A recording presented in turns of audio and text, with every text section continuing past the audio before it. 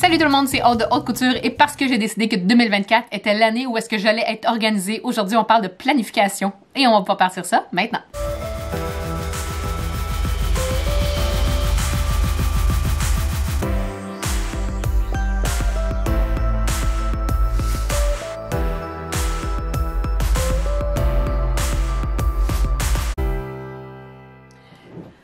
Oui, aujourd'hui, on essaie d'instaurer une planification dans notre couture. J'essaie depuis janvier, depuis mon retour de vacances, donc depuis février environ, d'instaurer une meilleure planification dans l'entreprise Haute Couture, que ce soit dans mon horaire de travail, dans la planification que j'ai à faire, dans la programmation que j'ai à faire, pour les cours, le site internet, les réseaux sociaux, j'essaie d'être un petit peu mieux organisée. Et avec ça, m'a donné l'envie de faire un peu la même chose pour la couture, parce que je me retrouve tout le temps un peu dernière minute dans certains projets, que ce soit à l'Halloween, dans le temps des fêtes, les cadeaux d'enseignantes et d'éducatrices à la fin de l'année, peu importe, dans les moments où est-ce que habituellement, on le sait là, qu'est-ce qui s'en vient, il n'y a pas de surprise pour personne, j'ai toujours un petit peu de la difficulté à avoir, je vais dire de l'avance. Je sais que j'en viendrai jamais à faire comme certaines personnes qui ont de l'avance 6 mois. Je sais que c'est pas vers ça que je veux nécessairement m'aligner, mais du moins être peut-être plus assidu dans la préparation de savoir ce qui s'en vient. Et il y a souvent des projets que j'ai envie de faire et que je finis soit par jamais les faire ou c'est vraiment très très long avant de me lancer. Donc des fois je me dis avec un petit peu plus de planification, c'est peut-être le petit coup de main, le petit coup de pouce que j'ai besoin en ce moment. Et peut-être que vous cherchez aussi des meilleurs trucs, des meilleures astuces pour pouvoir aider à votre planification et aujourd'hui je pense avoir l'outil idéal pour ça et j'ai nommé le nouveau planificateur que j'ai créé. C'est un planificateur de couture et j'aime bien qu'il s'intitule Planifier aujourd'hui ce que je devais faire hier parce que si vous êtes comme moi, c'est le 3/4 de mes projets. Donc aujourd'hui, je vous présente, oui, l'outil, mais je vais aussi vous présenter comment je crois m'enligner en termes de mon organisation et aussi les prochains projets là, qui s'en viennent dans les prochaines semaines / mois. La première chose que j'avais envie de vous montrer, bien, c'est le planificateur en tant que tel, le cartable. Je me le suis procuré sur Amazon, je me suis pas cassé le bicycle. Ce que je voulais absolument, je vais laisser les liens en dessous du vidéo, bien évidemment. Ce que je voulais principalement, c'était un cartable avec des anneaux parce que je veux être en mesure d'ajouter des pages dans ce cartable-là au fur et à mesure que je suis en train de planifier, oui, mon année, mais aussi que je passe d'une année à l'autre. Et des fois, j'ai des chartes de mesure, des chartes de mensuration, des listes des feuilles pour faire de l'inventaire de patrons, de tissus et de projets. Donc, je sais que je vais avoir à ajouter des feuilles tout au long de mon année. Je crois bien faire quelque chose d'annuel, donc je vais renouveler à toutes les années. Mais il y a des choses qui vont rester telles quelles dans le cartable, telles que mes chartes de mensuration, la bibliothèque de patrons, l'inventaire de tissus. Tout ça va bien évidemment rester dedans. Ce qui va changer, c'est les calendriers, la liste d'achats, les listes de projets à faire. C'est plus ça qui va avoir un petit roulement à mettre dedans. J'essaie de faire le plus polyvalent pour le plus de personnes possible parce que je pense que d'une personne à l'autre, on va avoir un système différent. On coud aussi de façon différente. On n'a pas la même production de couture et on coud pas pour le même nombre de personnes. Je suis un petit peu égoïste dans ma couture. C'est quelque chose que j'aimerais peut-être changer cette année. Je veux pas commencer à en faire pour tout plein de personnes, mais il y a des personnes telles que ma mère à qui j'aimerais peut-être faire un peu plus de choses. Ma fille, je me suis quand même lancée dans beaucoup de projets de patinage artistique dans les derniers mois, mais j'aimerais peut-être un petit peu plus de vêtements. Il y a plusieurs choses qu'elle me demande. Fait que je me dis que ça pourrait peut-être être intéressant là, de faire certaines choses. Fait que je vais pouvoir inclure justement les personnes à qui j'ai envie de faire de la couture cette année dans mon planificateur. Mais la première chose qu'on retrouve dans le planificateur, c'est calendrier annuel. Moi, ce que j'aime là-dedans, c'est que je vais pouvoir marquer justement, quand je disais tantôt, faire ma planification au fil des mois et où est-ce qu'on sait qu'on a quelque chose, je vais pouvoir me marquer en octobre exactement les costumes d'Halloween que je veux faire, les projets que je veux faire, mois de décembre, les cadeaux que je veux faire. Les cadeaux, qu'est-ce qui est cool, c'est que on va les faire plus au mois de novembre, ce qui me permet de mettre des petits projets intéressants que je veux faire à toutes les années à Noël et que je ne fais jamais. Et ici, Club de couture va pouvoir être témoin. On était supposé de faire un pyjama de Noël et je n'ai jamais réussi à faire les pyjamas de Noël parce que j'avais trop de retard dans mes cadeaux que je voulais faire pour la famille, amis, éducatrices et professeurs parce que j'avais commencé trop tard. Donc, mon calendrier annuel va pouvoir m'aider pour ça et on va pouvoir insérer différents projets au fil de l'année. Par exemple, on fera un voyage au mois de mars dans la semaine de relâche, on aimerait ça se coudre de maillot de bain pour ce moment-là. On le sait, on va pouvoir préparer un petit peu plus d'avance. Le calendrier mensuel aussi, je pense que c'est pour les assidus qui veulent vraiment planifier. Moi, étant donné que j'ai aussi mon agenda de bureau où est-ce que j'écris lorsque j'ai des sprints sprints avec le club de couture, avec les sprints de loisirs, que je fais ma couture de plaisance et de travail, je le mets dans mon autre agenda. Mais quelqu'un qui a pas nécessairement un agenda papier sous la main, je pense que c'est pas tout le monde qui a ça à la maison, c'est plus pour le travail, va peut-être être intéressé par ce genre de calendrier-là. Mais sinon, comment le calendrier mensuel fonctionne, c'est quand même assez simple, c'est qu'on va le faire imprimer 12 fois, 12 mois de l'année, et on va pouvoir marquer le mois et mettre les chiffres du calendrier. On le remplit manuellement. On a une place pour mettre nos notes sur le côté également. C'est quelque chose de quand même polyvalent et qu'on peut faire réimprimer. Et des fois, si on n'a pas besoin pour tous les mois, on se dit, moi, je le sais que le mois de novembre, c'est un gros mois. On peut tout simplement se faire imprimer pour un mois seulement et c'est parfait. Moi, j'aime bien le format A5, c'est le format que je vous montre aujourd'hui, mais vous avez l'option de pouvoir également faire imprimer en format PDF 8,5 par 11, donc un cartable classique. Si jamais vous voulez, vous pourriez également avoir l'option, moi c'est quelque chose que j'aimerais faire dans les prochains jours, c'est de me le faire imprimer, oui, en 8,5 par 11 et ensuite le faire boudiner, le faire relier. J'ai une machine chanceuse, j'ai une machine pour le faire ici à la maison, mais c'est quelque chose que vous pouvez également faire en papeterie, si jamais vous avez une papeterie proche de chez vous. J'ai également choisi de faire une section coudre selon les saisons parce que oui, tantôt je parlais du calendrier annuel, octobre pour le costume d'Halloween. Je le sais qu'en automne, j'ai le costume d'Halloween, mais souvent, ça vient aussi avec la rentrée. On est plus en automne. Je veux être capable de le faire. Et comme aujourd'hui, qu'est-ce que je veux faire? J'aimerais être capable de planifier 2 saisons à la fois. Je pense pas être encore, on y va une étape à la fois, je pense pas être encore assez assidue dans ma planification et dans mon organisation pour planifier à toutes les saisons, mais j'aimerais bien aujourd'hui être capable de planifier printemps-été. Je trouve que ça pourrait être une belle façon d'attaquer les prochaines saisons, de prendre un peu d'avance. Bien sûr, on laisse place à la spontanéité. C'est avec grand plaisir que je vais rajouter des projets des dernières minutes, que ce soit des projets qui vont s'ajouter avec le club de couture ou bien je suis tombée sur un tissu au magasin en amour complètement et je décide de faire un projet. Il y a rien qui est coulé dans le béton ici. Et j'avais également envie d'ajouter les journées avec la couture. Je pense que c'est quelque chose qui est quand même très populaire. Je vois souvent passer sur les réseaux sociaux. Fait que j'ai hâte de pouvoir m'amuser avec ça. Mais là, on s'entend pour dire que janvier, février, mars, je vais pas le colorier. Quoique je pourrais colorier les journées où est-ce que j'avais des sprints avec le club de couture. Mais à partir d'aujourd'hui, par exemple, je vais pouvoir venir commencer à colorier. J'ai hâte de voir à la fin de l'année si j'ai été assidue. Nous verrons. Vient ensuite les mensurations qu'on va pouvoir remplir. Moi, je vous avouerai que pour la plupart, je suis quand même bien assise dans mes mensurations. Je les connais sensiblement par cœur. Les plus importantes, pas les 28 naturellement, mais je les connais quand même bien. Et c'est cette feuille-là qui pourrait être intéressante à imprimer plusieurs fois si jamais vous voulez garder les mensurations d'autres personnes de votre entourage sous la main. Moi, je voudrais bien avoir celle de ma mère, ma soeur. Ma fille, en ce moment, ça change trop étant donné que c'est un enfant, mais il y a certaines mensurations que avoir sous la main pour faire des projets un peu sur le fly, à l'avant comme je te pousse, ça peut être intéressant d'avoir ça également dans le planificateur. Et là, aujourd'hui, c'est vers la feuille projet à faire que je vais vouloir me tourner. La liste d'achat va également se compléter au fur et à mesure que je vais élaborer mes projets, mais j'aimerais bien commencer par me dresser une petite liste des choses que je veux faire dans les prochaines journées, semaines et peut-être même mois. J'aimerais prendre une planification en fait de projet peut-être jusqu'à juin et je vais essayer de faire quelque chose de réaliste. Je vais pas me donner trop de choses parce que bien évidemment au travers de ça s'ajoutent les coutures pour le travail, pour le club de couture. C'est des choses que je veux donc faire en parcimonie pour l'instant. On va commencer petit et peut-être augmenter là, le nombre de projets durant l'année. Et là, ce qui est super intéressant avec le planificateur également, c'est les feuilles projet. Les feuilles projet, vous allez pouvoir le remplir comme vous voulez. Vous pouvez être assidu dans votre remplissage de feuilles comme vous pouvez y aller un petit peu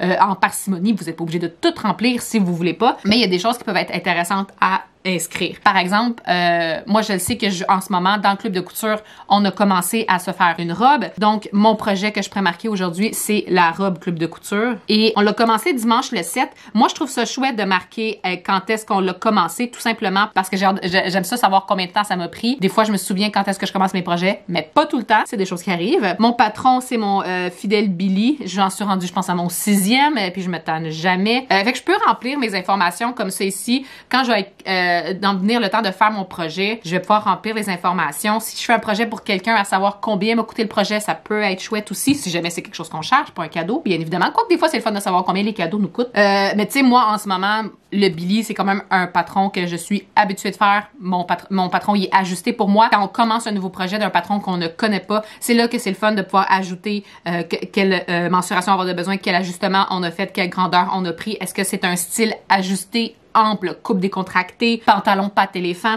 On va pouvoir rajouter des informations et on va pouvoir également rajouter des informations pour dire, par exemple, ne pas oublier qu'à la première étape, je dois utiliser mon Wonder Tape. Il y a certaines choses qu'on veut garder en tête quand on commence ce projet-là pendant qu'on est en train de faire notre planification. C'est une bonne place pour le marquer et de tirer une conclusion de ce projet-là, à savoir si on l'a aimé. On peut également noter le projet, à savoir si ça a été quelque chose de difficile ou non. C'est des feuilles qui peuvent être quand même très pratiques. Ensuite, on a des silhouettes si jamais vous avez envie de faire des esquisses, vous avez envie de vous inspirer, de regarder des modèles et ensuite de dessiner sur les silhouettes qui sont offertes avec le planificateur. Ça peut être intéressant également. Le banc d'essai, je trouvais ça quand même chouette de l'inclure dans le planificateur. Parce que pour ma part, ça m'arrive souvent d'être inspirée par vous. Que ce soit pendant les lives, dans les commentaires sur la communauté Facebook. Souvent, je vais avoir des projets passés ou des réponses dans les commentaires qui vont dire « Telle compagnie, j'ai essayé, j'ai vraiment aimé ça. Je viens d'acheter des tissus dans telle boutique en ligne, j'ai trippé. » Des choses que j'ai jamais essayées, je vais pouvoir venir inscrire. Comme là, j'ai marqué Pattern Scout, qui est une nouvelle compagnie de patrons que je viens de trouver. Les patrons sont magnifiques. J'adore le style des vêtements. Fait que je vais définitivement vouloir l'essayer. Et ensuite, après l'avoir essayé, je vais pouvoir me mettre des notes. Et ça, vous pouvez faire imprimer également cette feuille-là autant de fois que vous voulez. Surtout si vous êtes quelqu'un qui aime essayer des nouvelles choses et des nouvelles compagnies. Ça peut être des feuilles vraiment chouettes à avoir sous la main. Et après, on s'entend pour dire que nos feuilles d'inventaire de tissu, c'est vraiment, je pense, sur la partie sur laquelle j'ai vraiment le plus hâte de travailler parce que j'ai vraiment beaucoup de choses. Mais ça va être beaucoup de travail. Ça se peut que je propose aux filles du club de couture, si ça leur tente de faire un mois organisation, planification, pour qu'on puisse remplir notre planificateur. Les filles ont tellement hâte de l'avoir sous la main. Fait que je pense qu'on pourrait se faire un mois organisation. Ça pourrait être vraiment cool. Il y a plein de filles aussi qui se sont commandé le cartable. Je pense qu'on va toutes être très contents d'avoir notre planificateur sous la main. Mais les feuilles inventaires peuvent également être intéressants à avoir et à faire imprimer. Aussi souvent que vous avez besoin, hein, parce qu'on a tout un inventaire de tissus très différent, mais on est toutes passionnés. Fait qu'on en a énormément. Qu'est-ce que j'aime particulièrement des feuilles inventaires de tissus? C'est de pouvoir marquer notre composition et notre prix. Oui, savoir la quantité qu'on a, c'est vraiment intéressant, mais souvent, cette quantité-là diminue quand on fait notre projet. J'ai déjà coupé ce tissu-là pour un projet. Il me reste 90 cm sur mon 3 mètres. Fait que je vais pouvoir tout simplement barrer mon 3 mètres et me marquer qu'il me reste 90 cm à utiliser sur ce beau denain-là. Et la partie que j'aime définitivement, c'est que je peux marquer s'il est décati ou non. Je fais la plupart du temps partie de celle qui décatit dès que le tissu rentre dans la maison. Mais des fois, je tarde et des fois, j'oublie. Donc, ça va être une façon quand même facile de pouvoir garder à l'affût et à l'œil tous les tissus que j'ai achetés. La liste de petits patrons, ça a l'air vraiment banal, mais je pense que c'est une de mes feuilles préférées parce que j'ai vraiment beaucoup de petits patrons avec des petites pièces bien souvent rectangulaires. Et ces patrons-là, je les perds. Fait qu'à chaque fois, il faut que je retourne voir souvent mes anciennes vidéos YouTube pour voir c'est quoi les grandeurs. Chouchou, c'en est un. Les fameux petits sous-verts sont également des morceaux que je fais souvent, mais que j'oublie tout le temps, c'est quoi les grandeurs. Fait que je vais pouvoir marquer là-dedans, remplir les petits patrons, que c'est pas nécessairement quelque chose que je veux faire plein de morceaux de papier qui traînent un peu partout. Mon nombre de pièces à couper, le nom du projet. Ça, c'est vraiment le fun. Pour les projets de sacs Ziploc réutilisables aussi, on peut avoir le petit, moyen, grand, les chouchous, tout ça. Pour vrai, je pense que cette feuille-là peut être super intéressante. Encore une fois, à faire imprimer énormément. Ça, j'espère que je vais le faire. Il faut que je le fasse. La bibliothèque de patrons, j'en ai partout. J'en ai des imprimés, j'en ai des numériques dans mon ordinateur, j'en ai en enveloppe Simplicité ou Closet Core, compagnie. Fait que ça, il va falloir que je m'y attaque, mais je pense que c'est la partie qui me fait le plus peur parce que je sais que j'ai beaucoup de choses. Mais je trouve ça intéressant de l'avoir. En ce moment, j'ai envie de me faire plusieurs projets avec du tissu que j'ai à la maison. Puis je sais pas quel patron utiliser. Fait qu'une fois que tout va être regroupé à la même place, je vais vraiment aimer ça. Et une fois que je vais avoir commencé ma bibliothèque et qu'elle va être à jour, dès que je vais me procurer un nouveau patron, ça va être beaucoup plus facile de venir ensuite le remplir au fur et à mesure que je me procure un nouveau patron. Ensuite de ça, on est vraiment dans le répertoire, qu'on pourrait dire, de notre planificateur. Vous allez pouvoir avoir un annuaire où est-ce que vous allez pouvoir inscrire nom et numéro de téléphone de votre réparateur de machine à coudre, des personnes qui aiguisent vos ciseaux, des magasins où est-ce que vous appelez pour placer des commandes. Et vous allez pouvoir faire rentrer plusieurs spécialistes sur cette feuille-là. J'ai marqué oui ou non, tout simplement parce que des fois, on essaye surtout des nouvelles places pour aiguiser nos ciseaux et c'est pas toujours un succès. Donc, ça peut être intéressant après ça d'écrire « No, on n'appelle plus à cette place-là » parce que des fois, c'est pas des spécialistes pour des ciseaux, c'est plus des personnes qui vont aiguiser que ce soit couteau ou autre, il faut faire attention où est-ce qu'on envoie nos ciseaux. Des fois, ils sont spécialistes pour tout, puis ils sont capables de faire exactement qu'est-ce qu'on a de besoin, mais ça peut être intéressant juste de faire un petit drapeau rouge si jamais ça n'a pas bien été. Et là, on en vient à la fin. Après ça, j'ai juste inclus des petits guides pour fil, pour aiguille et pour patronage, les choses qu'on a souvent à faire et qu'on se pose souvent des questions sur ces sujets-là, eh bien, ils sont toujours accessibles avec nous. Le planificateur peut être juste à côté de la machine à coudre. C'est ce qui est intéressant. Et là, je vais commencer à remplir mon planificateur. C'est sûr, je vais toujours tout de suite pouvoir placer les coutures que je veux faire dans mon année, mais également au travers des saisons. Ça, c'est quelque chose que je peux remplir tout de suite, pas nécessairement le remplir au complet. Il y a probablement des projets qui vont me dire en tête au courant de l'année. C'est parfait, je vais pouvoir les ajouter, mais je veux également faire la liste de projets que je veux faire dans les prochaines semaines. J'avais déjà commencé, je sais que je veux copier un jeans, mon tissu il est ici. Je me suis procuré mon denim chez Tissu Roger. Je voulais avoir un jeans qui était plus foncé. J'avais besoin d'un jeans également qui avait de l'extensibilité. J'ai été acheter ça. Ça va être un patron maison que je veux faire. Je veux copier un jeans que j'aime vraiment beaucoup. Donc, je vais pouvoir faire ça avec ce tissu-là. Il est déjà dans ma liste de projets à faire. Et ça, j'aimerais peut-être remplir justement la feuille pour les projets parce que ça, c'est un projet que je vais commencer, mais je ne sais vraiment pas comment ça va s'aligner. C'est un petit peu de l'inconnu, fait que oui, remplir cette feuille-là va être intéressant. J'ai également des, je vais dire des retouches, c'est pas nécessairement des retouches. J'avais fait, je sais pas si vous vous souvenez, sur la chaîne ici, une robe, c'était quoi? C'est Maë? C'est Maë ou la Péonie, je m'en souviens plus, c'est laquelle entre les deux, de avril 8. Je l'ai faite, je l'aime vraiment beaucoup. La seule chose, c'est que je dois absolument la porter sans brassière et je dois faire certains ajustements pour m'assurer qu'elle soit confortable et que tout le monde soit là où elle doit être. Donc ça, c'est vraiment quelque chose que je veux faire parce que c'est une robe que je vais vouloir porter dans les prochains mois.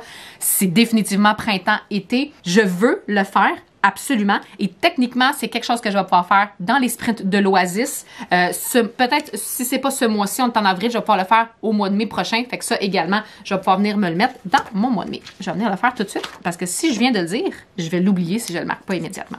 Puis honnêtement, au mois de mai aussi, il va avoir le jeans que je veux faire.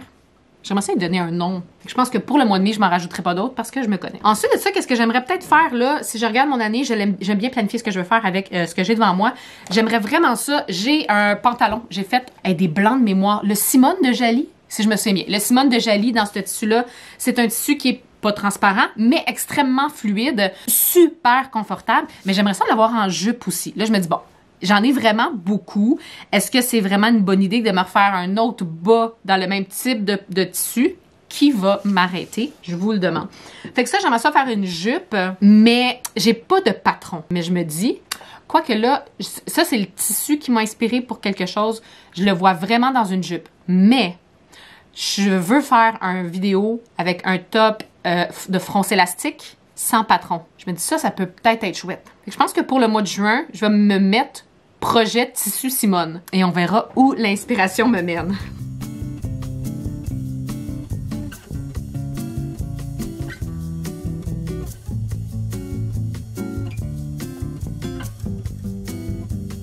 Et je vais mettre un autre projet que je voulais faire qui va être très rapide, mais que je veux vraiment faire parce que de un, le tissu est magnifique, mais également parce que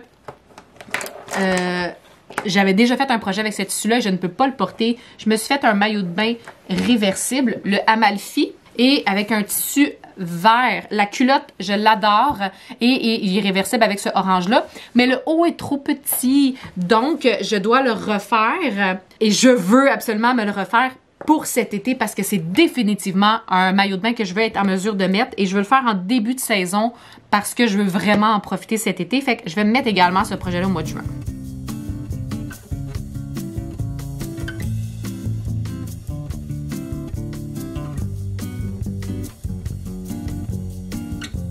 Mais je pense que, comme je disais, je voulais commencer léger. Ça va être ma couture du printemps. Je vais voir où tout ça me mène. Est-ce que le maillot va déborder un petit peu au mois de juillet? Ça se peut. Ça paraît pas beaucoup. On dirait qu'il n'y a pas beaucoup de choses à faire, mais au travers de ça, j'ai les clips de couture, les projets également pour le travail. Donc, ça paraît, c'est plus, il y a plus que qu'est-ce que j'ai en ce moment. Fait que je vais continuer à remplir un peu mon planificateur et j'aimerais vraiment ça. C'est vraiment une vidéo que j'aimerais faire essayer du moins par saison. Est-ce que je vais en refaire nécessairement un pour cet été? Je ne sais pas parce que je diminue un petit peu ma couture de l'été étant donné qu'on est un petit peu plus en mode vacances, un petit peu, mais j'aimerais vraiment ça en faire un peut-être pour cet automne. Si jamais ça vous intéresse, dites-moi là en commentaire si ça peut être une vidéo qui peut être cool.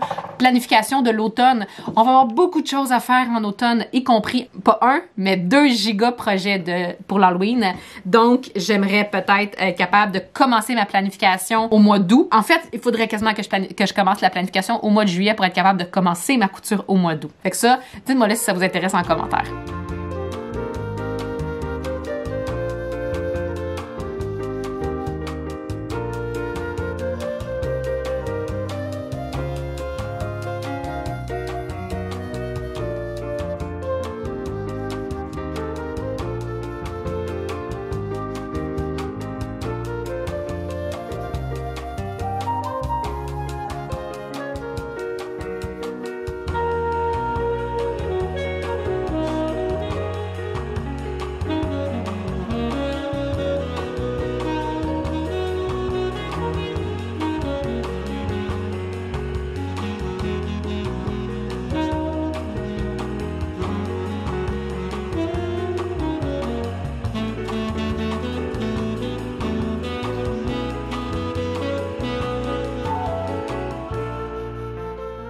Pour celles qui veulent, ils vont être en mesure de faire l'impression du planificateur exactement comme moi.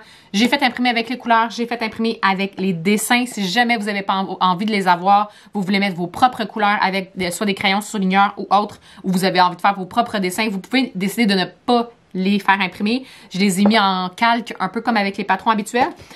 Pour les feuilles, moi, personnellement, je me suis naturellement procurer des feuilles A5 déjà perforées que je savais qu'elles allaient fonctionner avec le cartable. Ça peut être des recherches que vous pouvez faire pour être certaine d'avoir le bon papier, mais sinon, je vais pouvoir laisser également ces liens-là, donc du cartable et des feuilles d'imprimante dans la description, juste en dessous du vidéo. Dans le produit planificateur, une fois vous allez vous l'être procuré si jamais ça vous intéresse sur la boutique en ligne. Vous allez donc avoir le format A5, le format 8,5 par 11. Donc, une fois que vous avez choisi si vous laissez couleur ou les petits dessins, quand vous allez le faire imprimer, vous pouvez le faire comme moi, imprimer recto verso. Ce que j'ai fait ensuite, c'est que j'ai sélectionné, par exemple, pour les feuilles de projet, le nombre de feuilles que je voulais imprimer seulement cette feuille-là. Par exemple, en chiffre pair que je la voulais en 6 exemplaires et je l'ai fait imprimer recto verso et je suis simplement venue l'insérer à la suite de ce que j'avais commencé à faire imprimer et vous allez pouvoir faire la même chose pour toutes les autres feuilles que vous voulez imprimer en plusieurs formats. Donc, on commence par faire imprimer le planificateur tel quel recto verso et ensuite on vient insérer les feuilles recto verso de chaque copie qu'on veut avoir. Idéalement, eh bien, on les fait en nombre pair, sinon on va seulement avoir un côté blanc à la fin. C'est un premier projet comme ça pour moi. J'espère que vous allez l'aimer, que vous allez l'apprécier et l'utiliser. Si jamais vous avez des suggestions pour peut-être des futurs planificateurs, n'hésitez pas à les laisser. Vous pouvez venir m'écrire, ça peut être sur Facebook. Je vais probablement également faire une publication l'année prochaine quand va venir le temps peut-être de revamper un peu ce planificateur-là, à savoir qu'est-ce que vous auriez aimé retrouver dans ce planificateur-là. Si jamais vous avez des suggestions, n'hésitez pas à les laisser. C'est toujours intéressant pour moi d'avoir ces suggestions-là puisque cet outil est vraiment pour vous et que toute suggestion est toujours la bienvenue. Donc sur ce, c'est ce qui termine mon vidéo planification pour les prochains mois, donc printemps, un petit peu été. On va se retrouver si jamais ça vous intéresse en automne pour pouvoir faire la planification de cette saison-là également, qui reste pour moi ma saison préférée. Je suis contente qu'on commence l'été par exemple. Je suis pas encore prête pour l'automne. On est printemps-été puis c'est bien correct. Mais on va se retrouver cet automne pour faire d'autres planifications. J'espère que c'est une vidéo que vous avez appréciée. Si c'est le cas, n'hésitez pas à cliquer j'aime, à vous abonner si c'est pas déjà fait pour avoir toutes les notifications des prochaines vidéos. Que ce soit les DIY, les tutoriels ou les lives que je fais à tous les vendredis 10h. Et si vous avez envie de rejoindre notre club de couture, le lien est toujours laissé en dessous du vidéo pour aller cliquer sur mon Patreon. C'est une belle place pour encourager la créatrice de contenu que je suis ici sur YouTube et ensuite profiter de plusieurs avantages comme le club de couture, des vlogs exclusifs et des sprints à tous les mois. Sur ce, tout le monde, je vous dis bonne couture, mais surtout bonne planification et on se revoit très bientôt.